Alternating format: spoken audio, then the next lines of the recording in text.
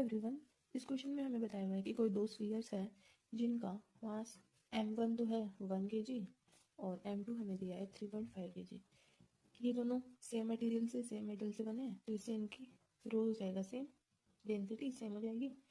आगे हमें पूछा अगर डेंसिटी सेम होगी तो क्या हो जाएगा, मास बराबर होता है डेंसिटी मल्टीप्लाई वॉल्यूम, सो मास प्रोपोर्शनल हो जाएगा वॉल्यूम के। अब ये बोल रहा है कि इनमें से जो छोटा वाला स्फीयर है उसकी रेडियस हमें दे दी, छोटा वाला स्फीयर 1 से अपन हमें डिनोट करें तो उसकी रेडियस r1 हमें गिवन है 1.5 सेंटीमीटर। तो हमें बोल रहा है कि इन दोनों को मिला के, इनको पिघला के एक सिंगल लार्ज स्फीयर बना रहे हैं, तो उस सिंगल लार्ज स्फीयर की रेडियस अगर मैं मानूँ r, तो उसका क्यूब हमें बताना है। तो सिंगल लार्ज स्फीयर का मास कितना हो जाएगा इन दोनों के एडिशन के बराबर, तो 3.5 प्लस 1 हो जाएगा 4.5 kg। So according to this equation volume of new sphere upon में वॉल्यूम ऑफ स्मॉलर स्फीयर अगर हम निकालें तो किसके इक्वल होगा, mass of new sphere upon mass of smaller sphere. तो वॉल्यूम ऑफ न्यू स्फीयर कितना हो जाएगा 4/3 पाई आर क्यूब अपॉन में वॉल्यूम ऑफ स्मॉलर स्फीयर हो जाएगा 4/3 पाई स्मॉलर स्फीयर की रेडियस r1 का cube equal mass of new sphere हो जाएगा 4.5 kg और स्मॉलर स्फीयर का है 1 kg।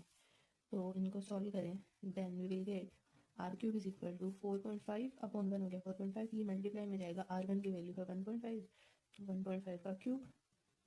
सो इसको फर्दर सॉल्व करने पे we will get are cube equal to 3.375 multiply 4.5, then R cube आ जाएगा 15.1875। और ये अप्रोक्स इक्वल किसके हैं, हमें इंटीजर में जो राउंडेड ऑफ नियरेस्ट इंटीजर है वो बताना है, तो इसका हो जाएगा 15। So option number 1 is our answer. इस क्वेश्चन में हमें कंपाउंड इंटरेस्ट के लिए प्रिंसिपल गिवन है और अमाउंट जो मिलेगी वो गिवन है और हमें रेट परसेंट भी दिया हुआ है। तो हमें इसमें पूछा है कि कितने साल लगेंगे इसके अंदर, मतलब n ईयर्स के लिए हमें n पूछा है।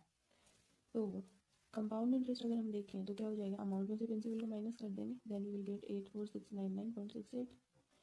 अब अगर हम ईयरली इंटरेस्ट रेट निकालें, ईयरली इंटरेस्ट रेट निकालें तो ईयरली इंटरेस्ट रेट कैसे होगी, रेट परसेंटेज एक साल के लिए प्रिंसिपल पर, एक साल के लिए मल्टीप्लाई 1 होता है। तो इसको सॉल्व करेंगे तो हो जाएगा 4.5/100 मल्टीप्लाई 600 000 20 से 20 cancel, then will get 27,000।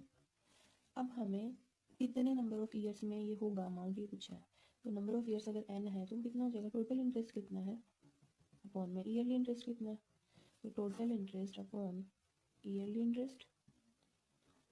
So this is equal to total interest है 84699.68 और ईयरली इंटरेस्ट है 27,000। तो इसको सॉल्व करेंगे तो लगभग हमारे पास 3.14 आएगा। तो इसको हमें नियरेस्ट